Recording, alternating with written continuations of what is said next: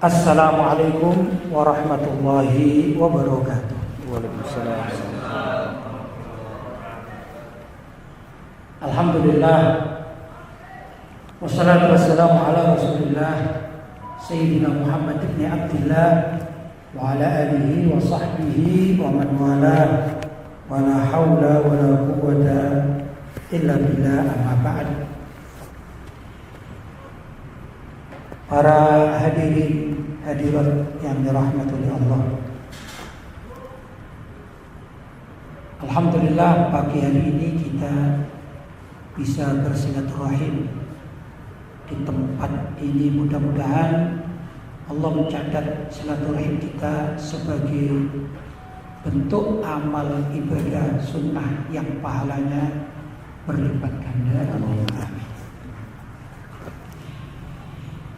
Dan juga saya ucapkan ahlan wa sahlan di Malang Raya ini, saudara kita Bang Yudo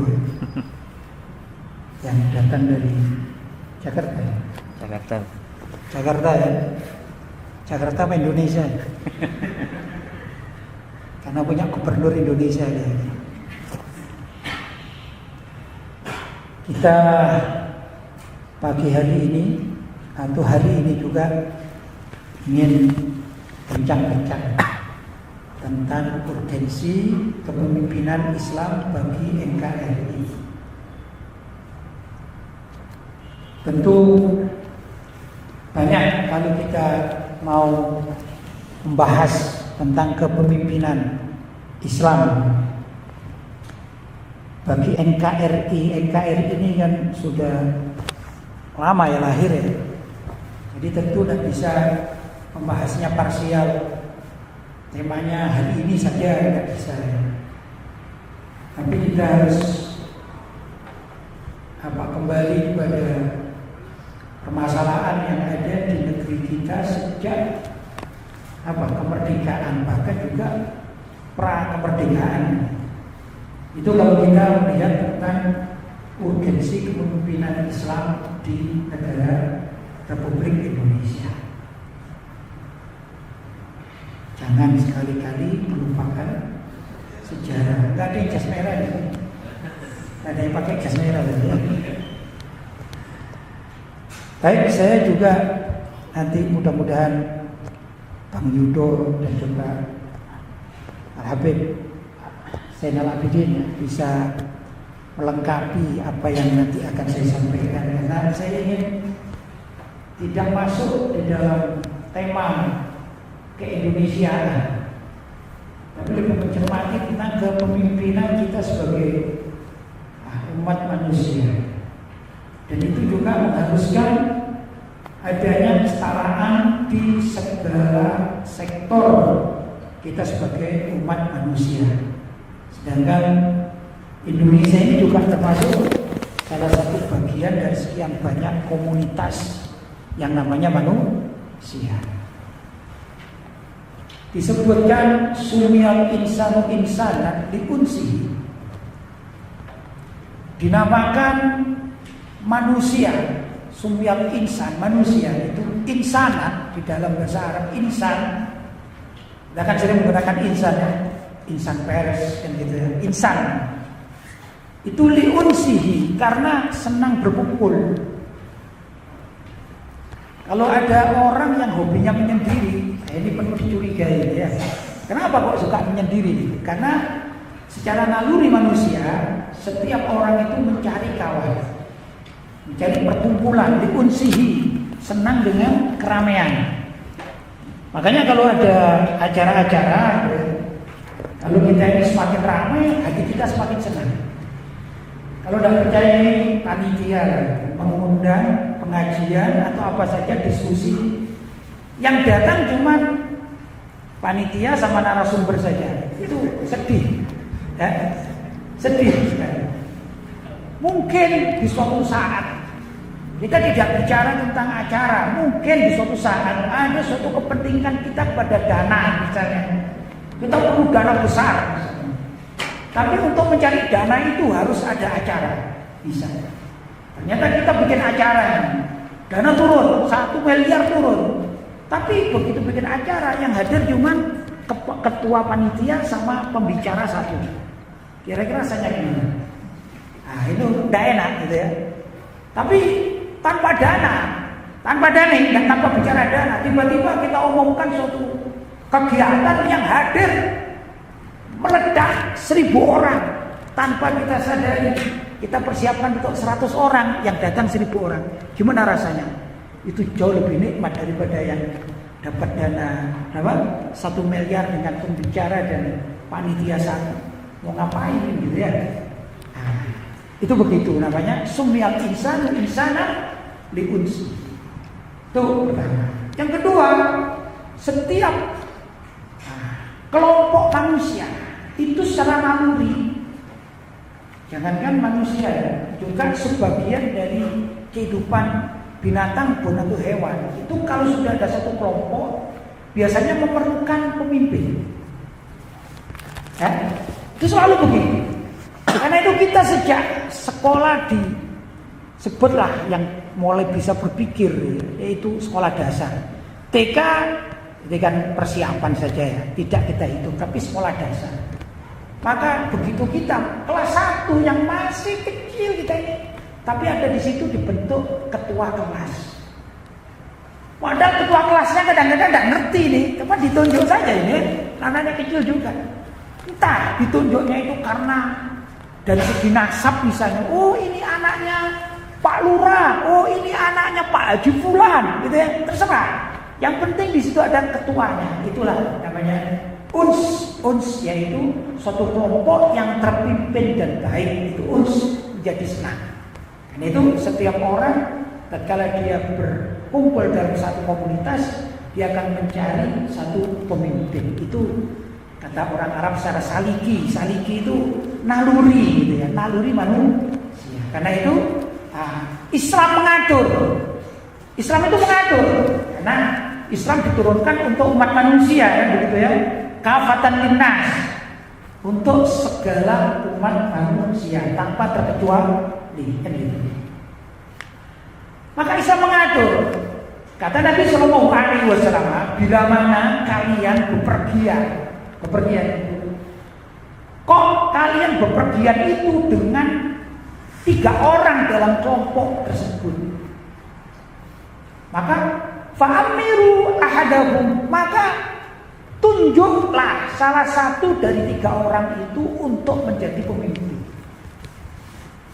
Jadi sunnah Nabi Muhammad SAW, kalau kita bepergian 3 orang rombongan, jangankan satu bis, 3 orang saja kita disunahkan menunjuk pemimpin. Biasanya bahasa kita tidak harus pemimpin ya, sesepuh misalnya. Bahasa kita ini kadang-kadang sesepuh, mungkin juga ada yang bahasa berguru bosnya sopo ini, bosnya siapa ini, kan gitu ya. Paling tidak untuk menentukan satu arah. Misalnya saja sekarang ya, dari Malang Surabaya kan ada 2 jalan, jalur lama sama jalur tol kan. Terserah yang dijadikan pemimpin, terserah, boleh supirnya, boleh bosnya, memang bosnya ya. Atau boleh di situ memang ketua yang ditunjuk oleh 2 orang ini, sampai aja jadi ketua. Atau yang sepuh, ditanya, lewat mana ini? Tol atau lewat biasa? Nah, maka ditunjuk. Nah, maka pemimpin yang bagus menunjuk, kita lewat tempat biasa aja, karena kepentingan ini dan itu. Nah, maka sopirnya tidak bingung. Itu begitu, itu sunnah. Ya. Disumyal insana liunsi. Dari sini berarti setiap orang itu harus mencari figur pemimpin. Itu ya.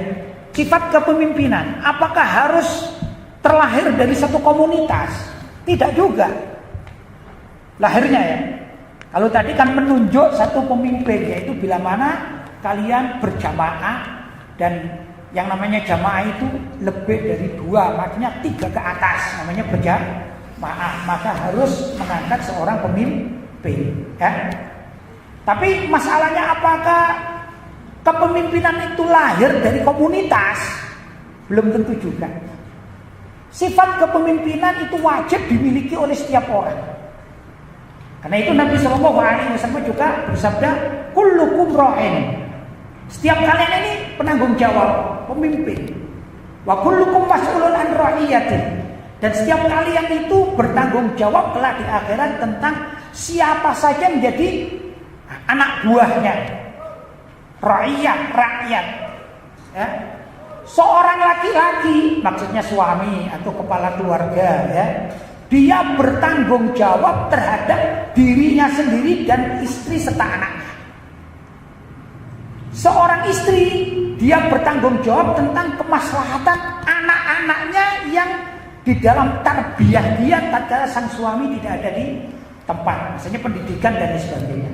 Bukan saja pendidikan, kesehatan, urusan makan, ya, kan kesehatan juga itu. Maka si ibu atau si istri ini bertanggung jawab.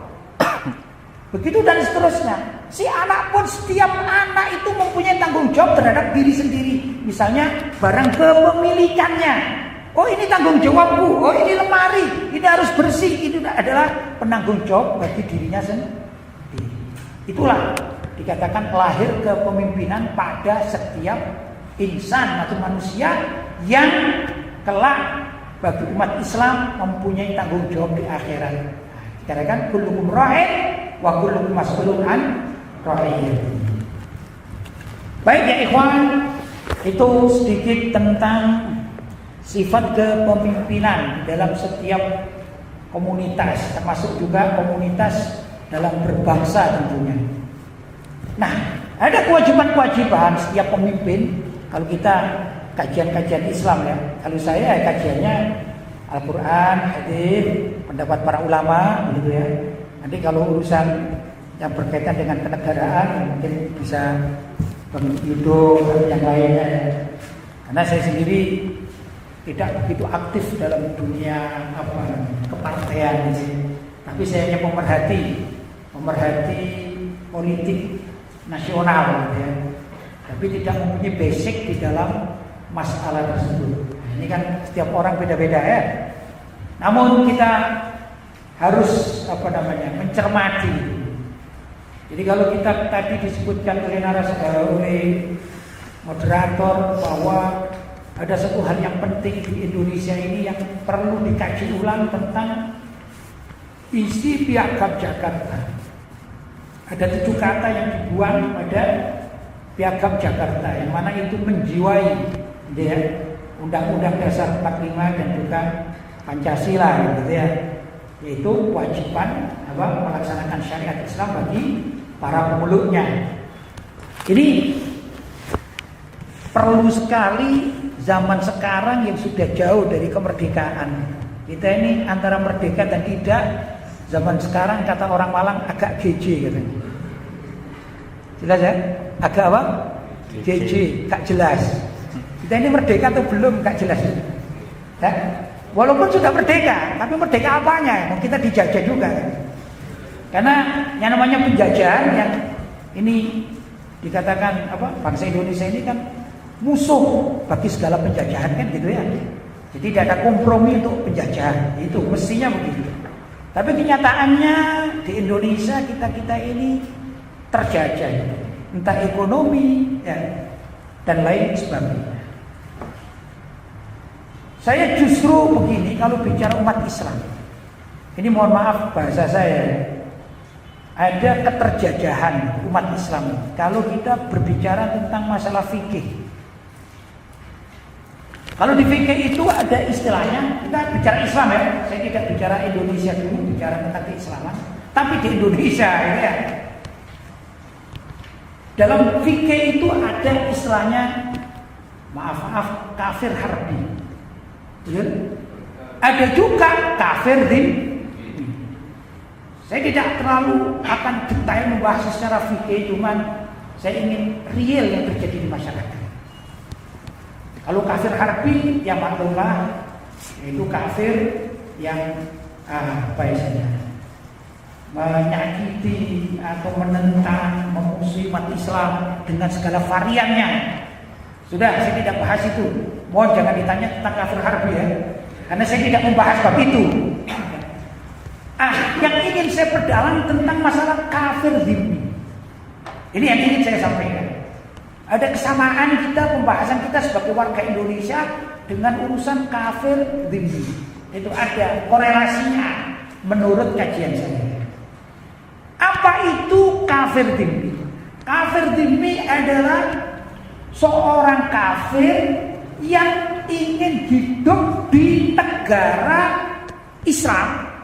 Saya tidak mengatakan Indonesia, negara Islam atau pemerintahan Islam yang si kafir itu mau membayar zakat dengan beberapa syarat-syarat yang lain. Contoh di dalam fikih itu, bila mana seorang kafir sudah daftar jadi kafir dhimmi, sudah diterima, sudah punya tiket, ada larangan-larangan itu. Antara larangan itu begini dalam kitab fikih. Ini kan fikih klasik ya. Jadi saya juga bicara fikih klasik ini. Andai kata umat Islam itu jalan kaki, maka dilarang seorang kafir dhimmi itu naik onta atau naik kuda, sehingga tidak ada kesetaraan, lebih tinggi tempat duduknya dibanding dengan umat Islam. Itu tidak boleh. Jadi bagaimana? Andai kata umat Islam itu jalan kaki, maka kafir dhimmi itu dia semestinya itu jalannya ngesot. Apa ngesot itu? Merangkak, atau paling tidak, paling maksimalnya dia jalan kaki seperti umat Islam. Jadi maksimalnya itu harus tahu. Ya? Yang lebih itu justru dia harus lebih rendah. Kalau umat Islam duduk di kursi, maka hendaklah kafir dhimmi loh ya, saya tidak bicara harfi. Dhimmi itu dia duduk di tikar. Itu aturan main sebenarnya. Satu ya. Jadi bayar apa? Jizyah atau pajak kepada pemerintahan Islam, gitu. Fikih klasik ya. Kemudian dengan beberapa kriteria-kriteria yang lain, termasuk juga tidak boleh membeli atau memiliki tanah di wilayah negara Islam yang dia ikut di situ. Nah, boleh ada kepemilikan. Dan itu saya sendiri merasa berterima kasih kepada Kesultanan Jogja ya, yang melarang orang-orang Cina untuk beli tanah di sana. Saya senang sekali itu, seirama dengan Singosari zaman dahulu kan. Saya warga Singosari, jadi kan tahu kan. Singosari dengan Raja Kartanegara mengatakan, tatkala ada utusan dari Cina datang ke Singosari, kemudian dipotong telinganya, kan gitu. Bilang kepada rajamu, Singosari tidak mau dijajah oleh Cina. Nah, sip itu Singosari. Alhamdulillah saya juga ini warga Singosari. Dia juga mengatakan, menandaskan lagi, awas ya kalau ada warga Cina dari Tiongkok datang ke Singosari, gitu aja. Potong telinga kita ya, potong telinganya. Kalau datang dari Tiongkok sana. Ya itu sedikit sejarah tentang masalah apa Singosari dan Jogja. Terima kasih sekali. Kembali kepada kafir dhimmi. Ini pembahasan masuk dalam wilayah kenegaraan kita. Nah, saya menjadi terheran-heran zaman sekarang. Karena pertama negara kita belum melaksanakan syariat Islam secara kafah. Andai kata Piagam Jakarta itu bisa diterapkan, maka akan bisa atau memungkinkan Indonesia itu melaksanakan syariat Islam minimal bagi para pemeluknya, itu minimal. Indonesia bukan berarti tidak mengadopsi sistem syariat. Sudah kok Indonesia ini, walaupun parsial. Contoh urusan haji. Nah, urusan haji itu diadopsi oleh pemerintah. Karena itu nggak ada namanya orang Indonesia bisa berangkat haji kecuali harus mengikuti peraturan pemerintah. Berarti apa? Berarti pemerintah kita ini tidak alergi terhadap syariat Islam, terutama yang ada dananya. Ya, terutama yang ada. Kedua, sistem cuti bersama itu juga diadopsi oleh pemerintah Indonesia sejak lama ini. Saya tidak mengatakan sekarang, tidak, sejak lama ini. Apa? Yaitu keterlibatan pemerintah di dalam menentukan tanggal 1 Ramadan sama 1 Syawal. Kenapa? Karena setelah 1 Syawal itu ada cuti bersama, jadi menguntungkan. Sehingga ada cuti bersama seminggu misalnya, itu ditentukan oleh pemerintah. Ya, Ya pokoknya ini menguntungkan diambil. Begitulah kurang lebih pemerintahan kita. Itu sudah lama ini terjadi. Subhanallah. Nah juga sistem syariat di dalam urusan pernikahan itu diatur oleh pemerintah. Berarti pemerintah ini tidak alergi terhadap syariat. Buktinya ada KUA kan gitu kan. Ya kan? Ini terbukti. Cuma saja memang urusan KUA dan sebagainya itu kan kalau kita menikah kan bayar kan. Ya kan? Untuk mendapatkan kartu nikah kan bayar juga gitu. Jadi juga masih tidak lepas dari lagu gambus favorit saya, wadana wadana dana, wadana wadana dana, itu favorit saya. Wadana wadana dana, yang penting ada dananya kan gitu. Jadi itulah yang diadopsi oleh pemerintah tentang beberapa warna peraturan yang syar'i. Menurut saya begini, andai kata kita umat Islam Indonesia semuanya ini mempunyai tangan terampil, kemudian kita bisa memajukan atau bagaimana caranya menggodok agar porsi syariat Islam yang sudah ada di dalam lingkup pemerintah itu ditambah. Kalau tadi 10%, gimana kalau kita jadikan 90%? Lewat apa? Ya lewat konstitusi. Maka untuk tahun-tahun berikutnya, ini saudara-saudara yang mempunyai pengalaman di dalam dunia politik, itu harus bersuara. Begitu maksud saya ya. Karena peraturan itu tidak bisa didapatkan kecuali lewat konstitusi. Baik, kembali pada asal pembahasan saya tadi tentang masalah kafir dhimmi. Ada suatu keunikan di Indonesia. Kalau tadi saya katakan syarat-syarat menjadi kafir dhimmi gitu ya, minimal membayar zakat gitu ya. Saya melihat di Indonesia ini yang bayar zakat bukan orang kafir, tapi orang Islam yang bayar zakat, bayar pajak. Ya. Kedua, orang kafir mempunyai tempat yang lebih tinggi.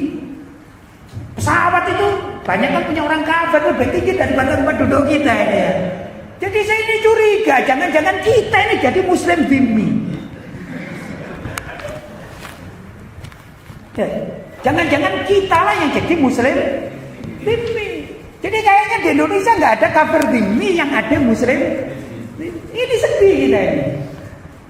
Coba ini pikirkan, iya juga ya. Kita ini kan di Indonesia ini, ya sejak lama. Saya tidak mengatakan pemerintahan era siapa, tidak.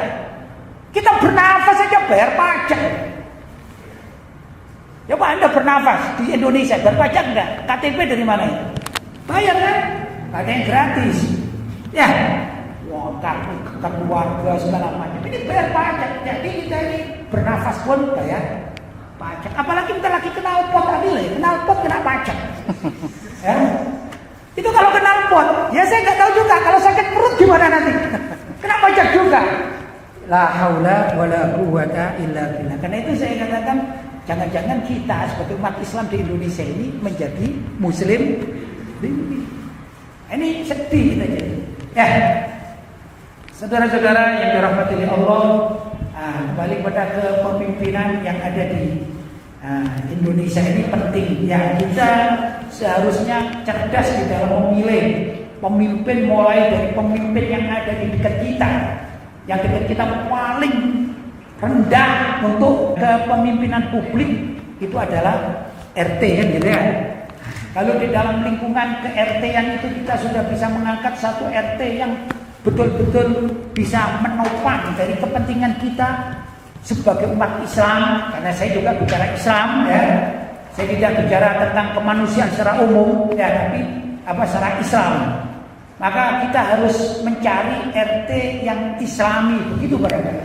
Mulai dari RT kita harapkan begitu. Karena apa? Kalau sesuatu yang Islam itu pasti indah dan pasti bersih. Tapi yang tidak Islami, nah ini ada kalanya bersih, ada kalanya kotor. Kan gitu. Kalau Islami pasti bersih, karena Islam mengajarkan kebersihan, kejujuran.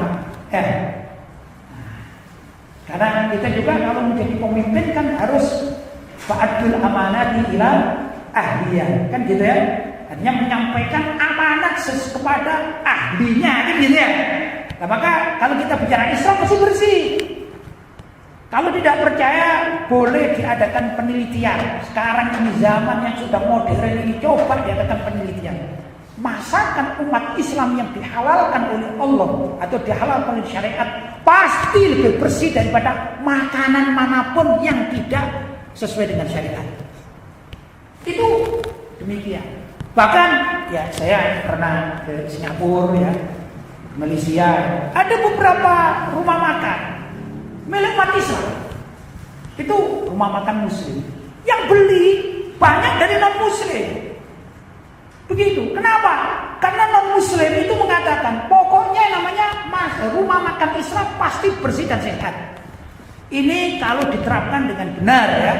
Tapi kalau umat Islamnya menerapkan yang salah, ini bukan syariatnya yang salah, bukan ajarannya, tapi oknumnya.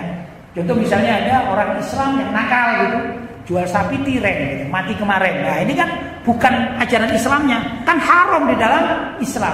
Tapi kalau selagi kita ini sesuai dengan ajaran Islam, bagaimana cara menyembelihnya, bagaimana cara kesucian dari apa yang dikonsumsi tersebut, itu semuanya lebih sehat daripada masakan manapun di dunia ini.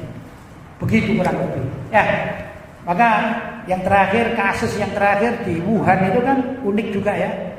Umat Islam Uighur gitu ya. Ini lebih tahan terhadap serangan virus corona gitu, daripada orang Cina yang berada di Wuhan dan sekitarnya. Kenapa?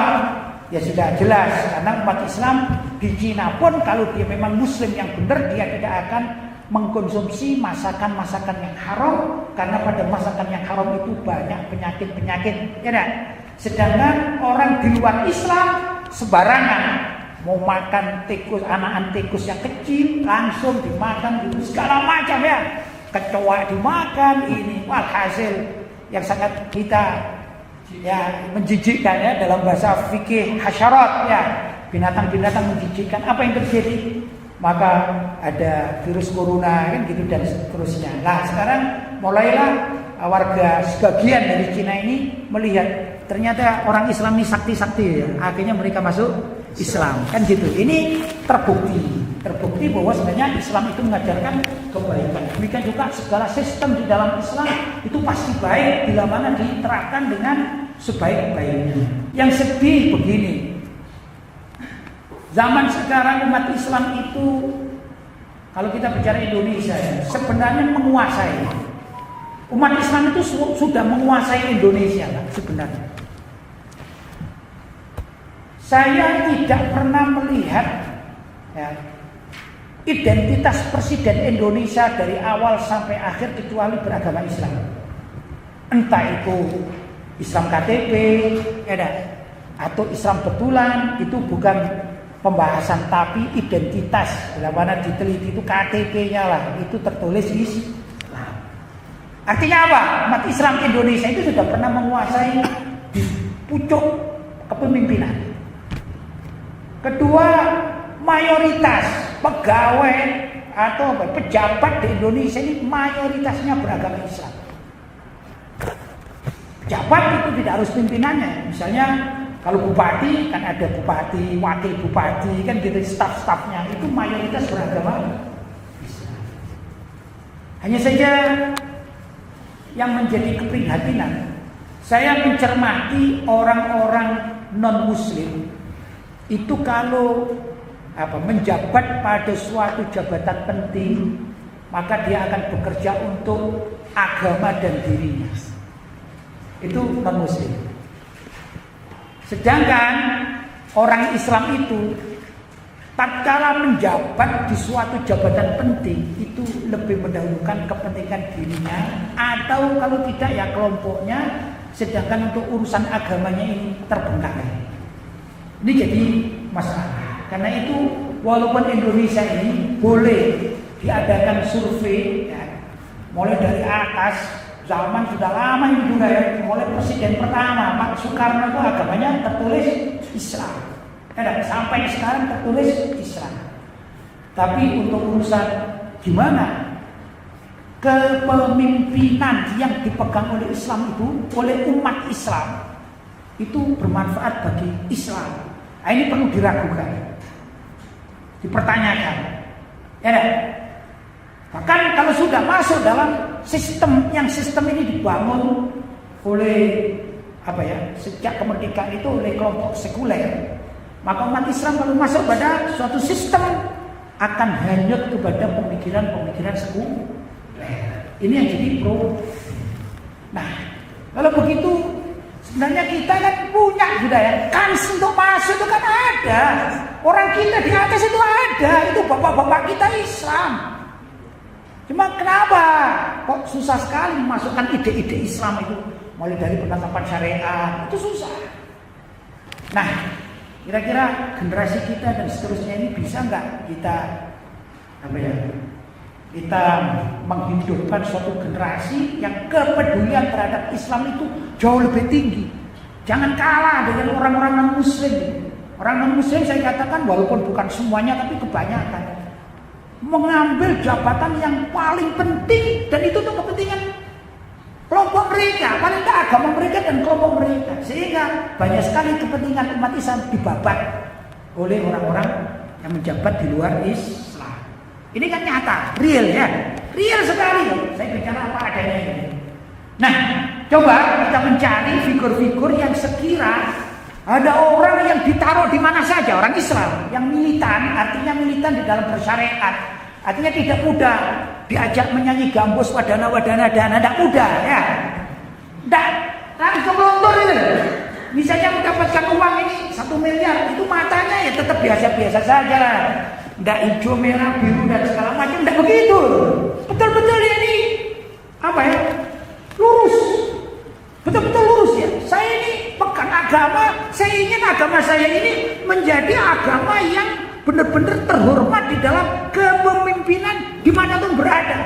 Mulai dari tingkat RT, RW gitu, apalagi lurah, ya, camat, bupati, wali kota, gitu ya, gubernur sampai presiden. Itu betul-betul aku adalah beragama Islam. Faqulu syahadu bi anna muslimun. Ini loh aku Islam. Itu yang kita perlukan. Kapan? Mudah-mudahan generasi berikutnya ini akan ada yang muncul. Amin, amin, amin. Bapak-bapak dan ibu-ibu yang dirahmati Allah, ini sedikit prolog dari saya. Kurang lebihnya mohon maaf yang sebesar-besarnya adalah. Wassalamualaikum warahmatullahi wabarakatuh.